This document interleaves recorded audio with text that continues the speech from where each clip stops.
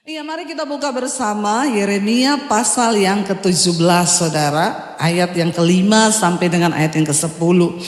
Ini ayat sering kita baca, tapi saya berdoa supaya Tuhan bukakan pemahaman bagi setiap kita hari ini yang berbeda. Yeremia pasal yang ke-17 ayat yang ke-5 mulai firman Tuhan berkata demikian, kita baca sama-sama.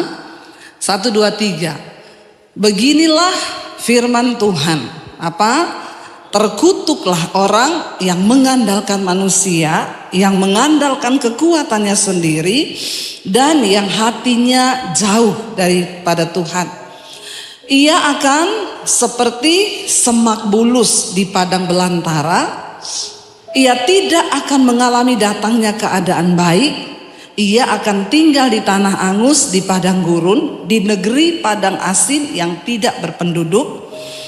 Tetapi dikatakan di sana, diberkatilah orang yang mengandalkan Tuhan, yang menaruh harapannya pada Tuhan. Ia akan seperti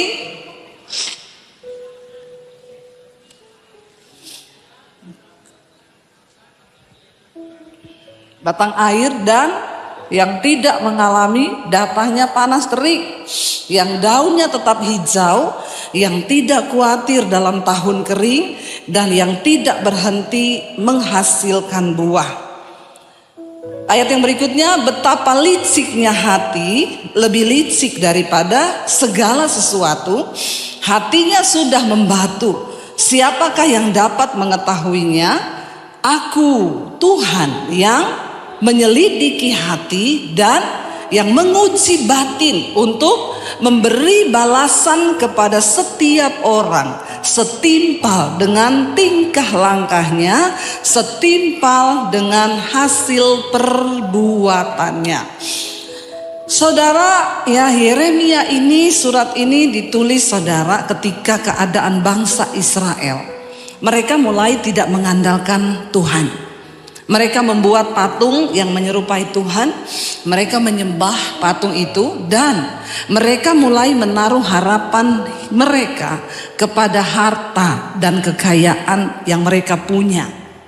Lalu Tuhan menyampaikan firman ini melalui Yeremia. Dikatakan di sana, beginilah firman Tuhan, terkutuklah orang yang mengandalkan manusia, yang mengandalkan kekuatannya sendiri, dan yang hatinya menjauh daripada Tuhan.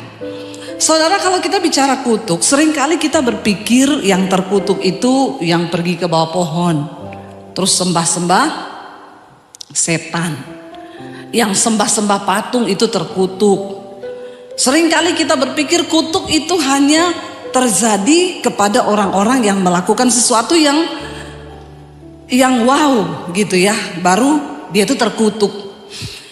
Tapi ayat ini dengan jelas berkata, terkutuklah orang yang mengandalkan manusia dan yang mengandalkan kekuatannya sendiri, yang hatinya menjauh dari Tuhan.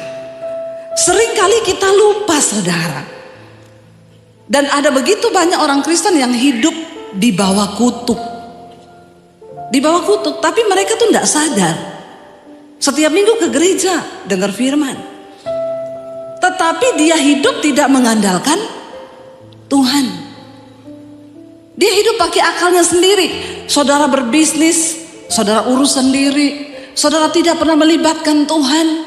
Di dalam hidupmu engkau suka-sukamu sendiri. Dalam menggunakan uangmu engkau suka-sukamu sendiri. Terlalu banyak orang Kristen yang sering kali tidak sungguh-sungguh mengerti kebenaran firman Tuhan, dan mereka hidup di bawah kutuk, saudara.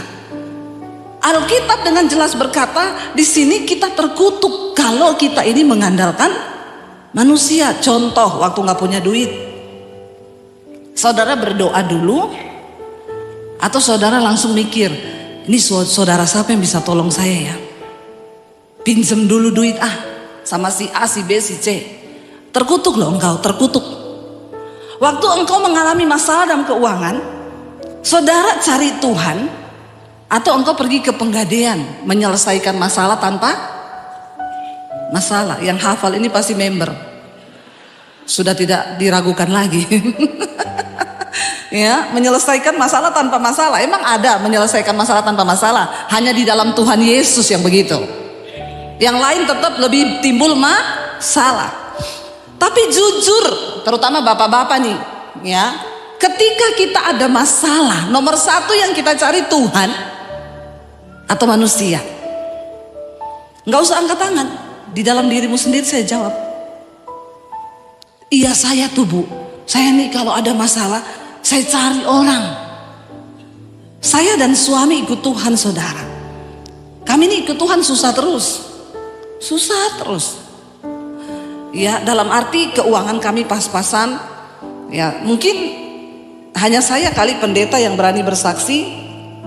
Saya pernah dikejar debt collector. Ada di sini yang pernah dikejar debt collector? Nggak usah angkat tangan. Nanti Anda malu. Ya, saya dikejar debt collector.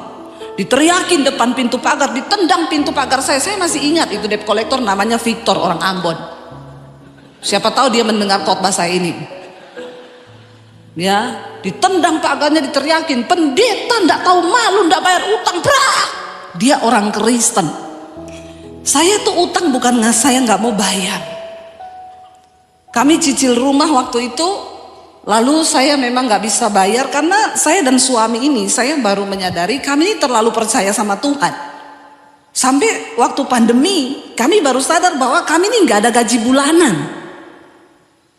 Ternyata kami hidup hanya bergantung dengan iman sama Tuhan.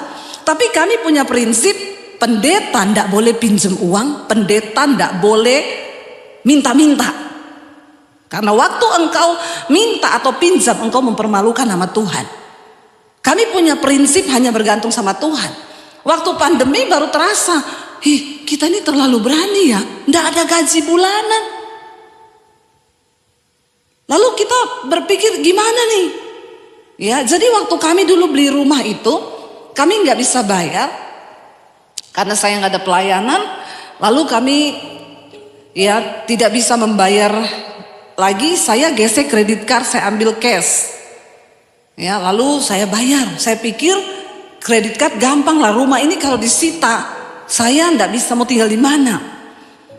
Akhirnya ternyata kredit card itu bunga berbunga tergulung. Ya, jangan coba-coba pakai kredit card kalau saudara itu ndak bisa bayar. Kredit card itu hanya alat bantu supaya saudara nggak usah bawa cash. Jadi saudara pakai hari ini 5 juta, bulan depan bayar 5 juta, amin. Itu yang benar, amin. Saya mau ajar supaya nggak banyak orang Kristen ini terlilit hutang. Itu konseling saya nih, nomor saya ini yang masuk 22.000 sudah nih konseling. Paling banyak utang semua orang Kristen. Karena apa?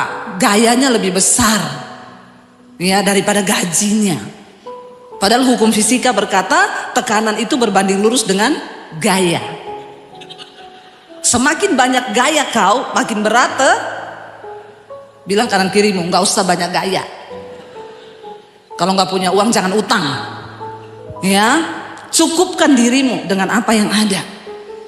Akhirnya saya kelilit sudah nggak bisa bayar, bukan karena kami nggak niat loh. Lalu ketika saya ditendang pagarnya, dimaki-maki, hampir tetangga saya bilang, siapa itu Bu? Saya pukul dia kalau dia datang lagi ke sini ya. Saya bilang jangan, nggak usah, memang saya salah. Saya masuk ke kamar, saya berdoa, Tuhan, aku nih hambamu loh Tuhan. Kenapa engkau permalukan saya begini Tuhan? Di mana Tuhanku yang hidup itu? Apa maksudmu? Tuhan tuh cuma jawab gini, kalau aku izinkan ini masalah buat lo. Emang harga dirimu berapa? Kau malu harga dirimu berapa? Engkau belum seperti Yesus yang diludahi mukamu. Saya cuma nangis mencucurkan air mata. Terserah engkau Tuhan. Tapi kami tidak pernah pinjam uang. Saya nggak pernah datangi orang atau datangi orang kaya yang saya kenal. Lalu saya bilang, Bapak Ibu tatap mata saya. Tuhan bicara. Bapak Ibu harus menolong saya.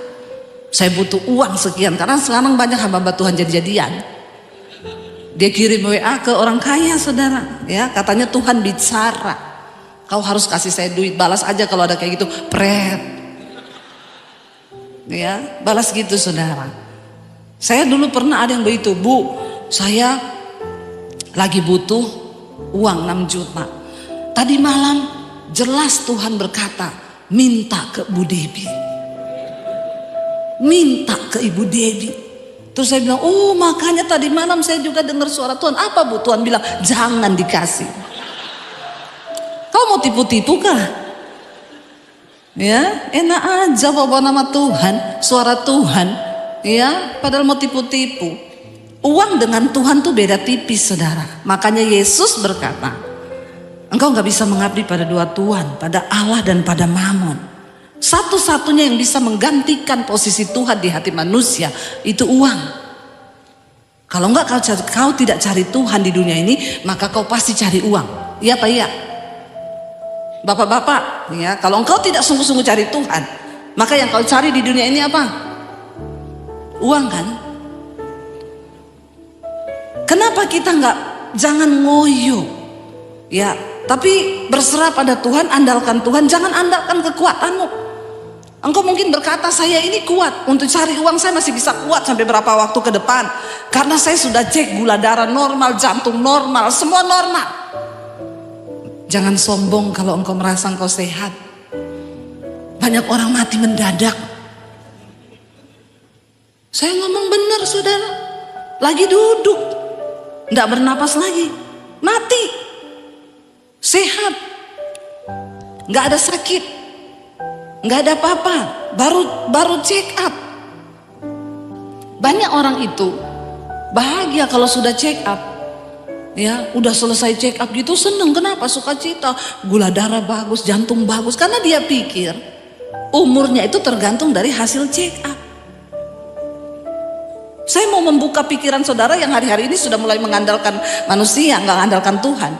Ada orang itu olahraga saudara. Dia pikir kalau dia udah olahraga, ya, dia pokoknya sehat banget. Dia pikir Anda olahraga tidak akan menambah umur. Sebab hidup matimu itu di tangan. Ngerti nggak sekarang? Sehat iya, kita olahraga supaya sehat. Tapi soal umur, maaf saudara, jangan kau pikir setelah engkau nge-gym, engkau olahraga, engkau minum jus, belimbing, campur sirsak, campur ini sehat. Kolesterolnya, oh kamu minum ini loh, minum itu, minum ini. Maaf saudara, umurmu itu di tangan Tuhan loh. Mau sehebat apapun engkau olahraga, engkau jaga makanan. Kita ini olahraga jaga makan, saya ini sekarang jaga makan, bukan untuk umur panjang, supaya saya nggak berat, bawa badan ini berat. Amin. Ya, perut gede itu nggak enak. Saya tuh kadang heran sama bapak-bapak yang perutnya gede banget. Saya hamil dulu 9 bulan, saya bawa 9 bulan berat loh. Masa bapak-bapak itu bawa perut seumur hidup nggak berat ya? Saya kadang tanya sama suami saya, tuh bapak lihat perutnya saya kayak orang hamil 12 bulan. Gede banget, itu dia enggak capek ya. Saya aja dulu hamil 9 bulan. Itu bawa itu cepet dan lahir, dan berat ini, pergumulan ini selesai. Jadi bapak-bapak kalau perutmu itu besar, ya hidupmu sudah berat. Jangan lagi kau tambahi dengan perut yang berat, semakin berat bebanmu. Kita ini olahraga, jaga makan bukan untuk umur panjang. Engkau kontrol ke dokter bukan untuk umur panjang. Jangan engkau menghilangkan ini loh saudara. Kadang-kadang kita tuh seneng kalau saya punya teman di Jakarta cerita, Bu, saya dulu punya WL di gereja. WL-nya tuh bagus Bu, dia pokoknya sungguh-sungguh anak Tuhan. Satu kali hari Minggu dia datang seneng banget. Bapak ini tanya, kamu kok seneng banget hari ini? Iya Pak, kemarin baru keluar hasil general check up saya. Jadi gimana? Jantung bagus, gula darah bagus, tekanan ini bagus, semua bagus. Bapaknya bilang, oh makanya kamu seneng. Iya Pak, saya seneng. Dia WL hari Minggu itu. Setelah selesai WL dia bilang, saudara kalau ada yang mau bersaksi silakan saudara, saya beri waktu beberapa saat. Karena nggak ada yang bersaksi dia naik lagi. Dia bilang mari kita angkat lagu ini sebelum dengar firman. Tiba-tiba dia jatuh di mimbar, mati hari itu saudara. Saking kesenangan. Tapi enak tuh matinya, Enak enggak? Enak loh. Enggak sakit, enggak bikin orang rempong, malah mati lagi sehat-sehatnya loh. Amin. Kenapa saudara tertawa? Saya ini serius loh. Serius, ini kisah nyata. Yang saya dengar jemaat cerita, bener Bu, itu bener banget yang Ibu khotbahin itu bener. Saya ingat Bu, ada Bu WL saya itu bener. Terus Bapak itu ngomong, mungkin karena nggak ada yang bersaksi ya Bu ya. Kalau ada yang bersaksi, mungkin yang bersaksi itu yang mati. Saya bilang enggak lah ya, itu malaikat nggak pernah salah sasaran.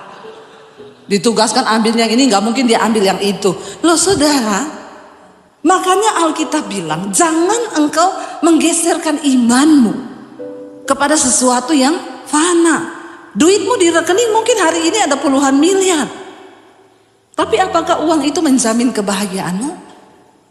Enggak loh. Banyak orang itu punya banyak duit, tapi hidupnya nggak pernah berhenti, serakah, rakus, semua mau dimakan, nggak ada puas-puasnya loh. Loh, kebahagiaan itu bukan terletak dari apa yang kita punya banyak, tapi kebahagiaan itu terletak waktu engkau mampu mensyukuri apa yang kau miliki. Dan itu nggak bisa diganti dengan apapun. Karena saya sudah banyak ketemu orang yang punya banyak duit, orang-orang kaya saudara, tapi konseling sama saya pulang ngomong ke suami saya lebih bahagia kita loh. Iya saudara, kadang-kadang saya ketemu orang kaya itu ya, senyum aja susah, orang kaya itu susah. Ya kalau senyum, shalom Pak, dia takut wibawanya jatuh. Kalau senyum lepas tuh takut wibawanya jatuh. Padahal susah amat sih jatuh, tinggal pungut lagi ya. Ngapain sih sampai senyum aja takut gitu ya. Dia senyum. Beda sama saudara lihat tukang ojek di pangkalan ojek, ketawa mulutnya lebar semua terbuka. Sampai laler bisa masuk loh. Kenapa? Bahagia itu nggak dinilai dari depositmu, dari apapun yang kau miliki. Ketika engkau diberkati Tuhan, nih saudara kita lihat ya. Waduh, ini padahal khotbah saya masih lama ya, tapi ini waktunya sudah mau habis. Saudara, keadaan orang yang terkutuk itu seperti apa? Kita lihat ayat yang ke-6 berkata di sana, ia akan seperti semak bulus di padang belantara. Ia tidak akan mengalami datangnya keadaan baik. Kaya loh, kaya, tapi nggak bisa bersyukur. Kaya tapi tidak bisa bersyukur. Saya ketemu banyak orang kaya saudara, pusing dia, Bu saya tuh pusing Bu, ini proyek saya ketahan Bu, saya ini pusing, sampai istri saya marah-marahin, anak saya marah-marahin, ini saya hari-hari ini tidak bisa tidur, jantung saya berdegap-degup. Saya bilang, Pak, saldo rekeningmu berapa? Berapa Pak saldomu Pak? Ya saldonya masih puluhan miliar Bu. Tapi kenapa kau hidup seperti orang miskin yang saldomu tuh tinggal 100.000?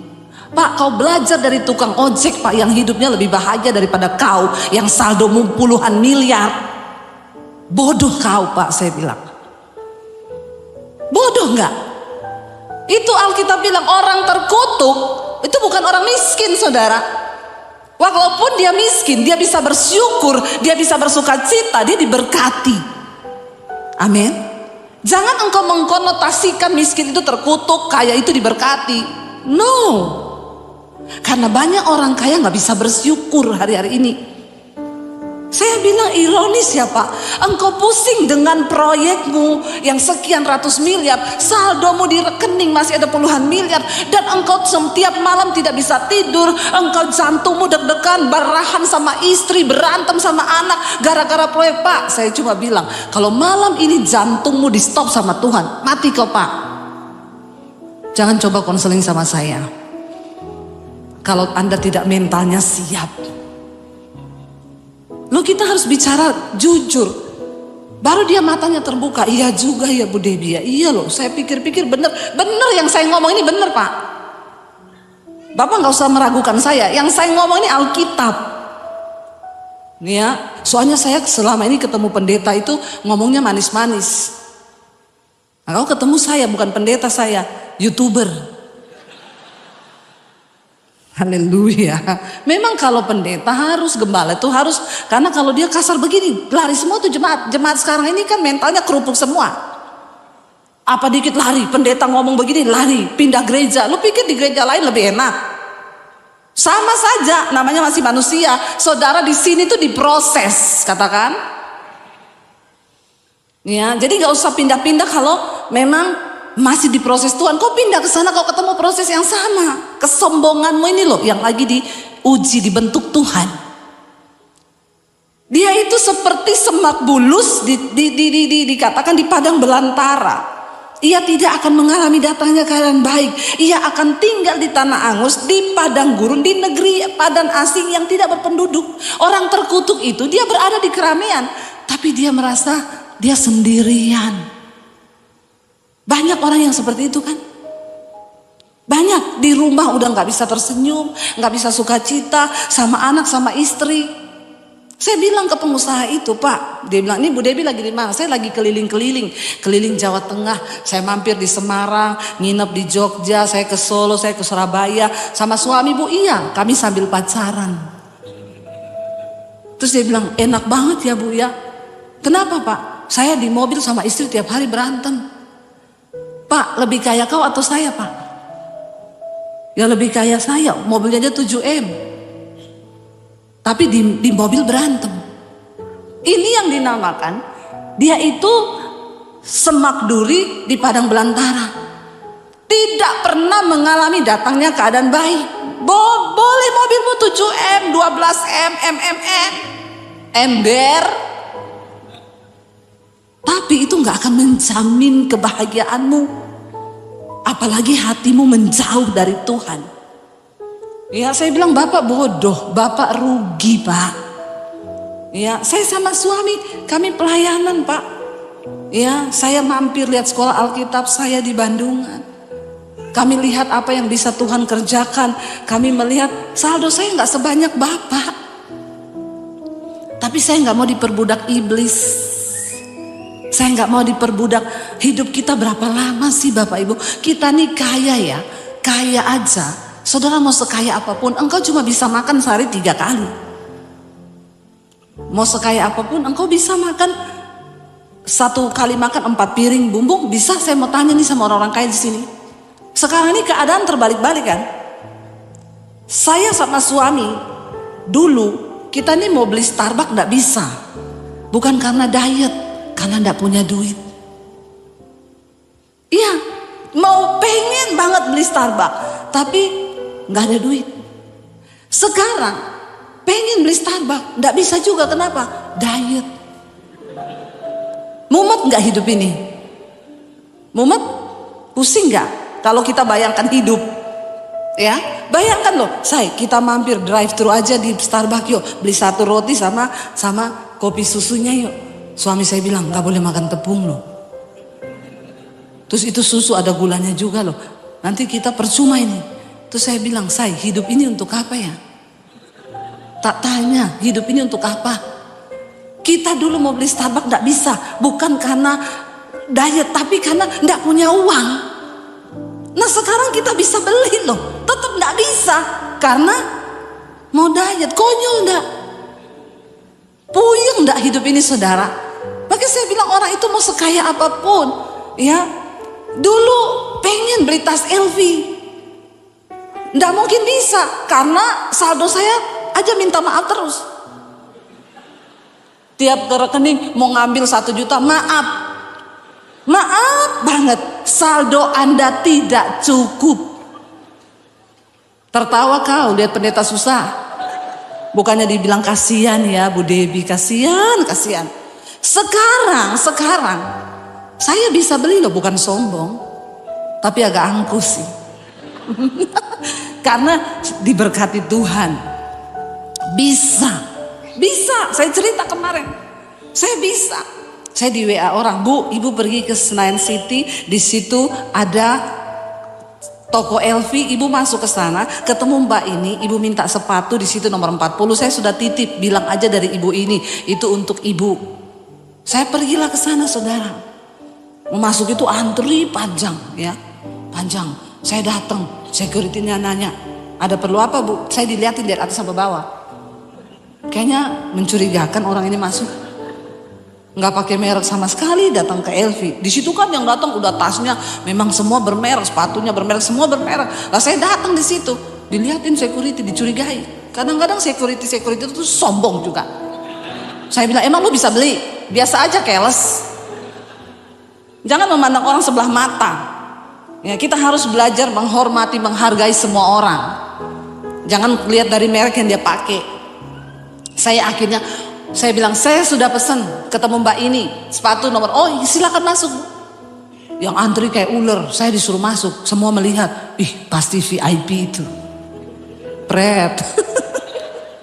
Saudara sampai di dalam, hati saya lihat ada tas bagus itu. Jiwa hedon saya berteriak. Pendeta juga manusia, punya rasa, punya hati. Jangan kau samakan dengan pisau belati. Hati saya bilang, ambil aja. Saya tanya, Mas berapa tasnya itu? 65 juta Bu. Jiwa hedon saya bilang, bisa, gesek. Pakai debit bukan kredit. Maaf ya, maaf. Saya diteleponi, Bu, saya mau kasih ibu kredit card, mau nggak Bu? Ini ada gini. Tidak mau Mbak. Kenapa Bu? Udah mau kiamat. Saya nggak mau utang. Ntar saya mau keangkat malaikat, masih ada utang kredit card, turun dulu kau, lunasi dulu. Ribet nanti. Beres-bereskan utangmu ya, supaya kalau rapture kau jangan disuruh turun dulu sama malaikat bayar utang. Makanya jangan utang, bilang. Lalu saudara, jiwa hedon saya berteriak, iya bisa, saya udah mau beli nih. Tiba-tiba Roh Kudus ngomong, 65 juta itu jadi satu pastori loh buat gereja di desa. Jengkel nggak saya? Jengkel. Tapi saya mengerti. Alkitab bilang, Rasul Paulus bilang, aku ini tawanan roh. Lebih jengkel mana saudara? Dulu memang saya nggak bisa beli. Saya pengen nggak bisa beli. Sekarang saya bisa beli, bisa. Tapi tetap nggak boleh. Jadi jengkel nggak? Daging saya jengkel. Tapi roh saya bersuka cita. Ya, saya nggak berani beli kayak gitu. Kalau saya pakai itu karena mereknya Casio, dikasih orang. Casio. Benar saudara. Tapi apakah itu membuat kita bahagia? Enggak. Saya mau pakai yang merek, ya saya tetap damai sejahtera. Saya nggak pakai yang bermerek juga, saya tetap damai sejahtera. Karena bukan tergantung penilaian orang atas hidup saya. Saya bahagia karena saya sudah bahagia, saya punya Tuhan dalam diri saya. Amin. Tapi ada orang-orang sakit jiwa, kalau dia nggak pakai bermerek, dia nggak bahagia, nggak pede. Jalan itu kayaknya malu banget dilihat orang kok nggak bermerek gitu ya. Bertobat loh saudara. Dikatakan di situ orang-orang yang terkutuk itu, dia itu dikatakan seperti semak bulus. Udah semak bulus nggak ada arti. Artinya apa? Orang terkutuk itu hidupnya nggak ada artinya loh. Semak bulus, semak itu nggak ada arti apa-apa. Di padang belantara yang dia itu dikatakan tinggal di tanah angus, di padang gurun, di negeri padang asin yang tidak berpenduduk. Dia berada dalam keramaian tapi dia merasa sendiri. Hidupnya tuh hampa, kosong. Dia nggak ngerti apa arti hidup. Kalau saudara itu hari ini bertobat saudara, kembali pada Tuhan. Tetapi sebaliknya dikatakan, diberkatilah orang yang mengandalkan Tuhan, yang apa? Menaruh harapannya kepada Tuhan.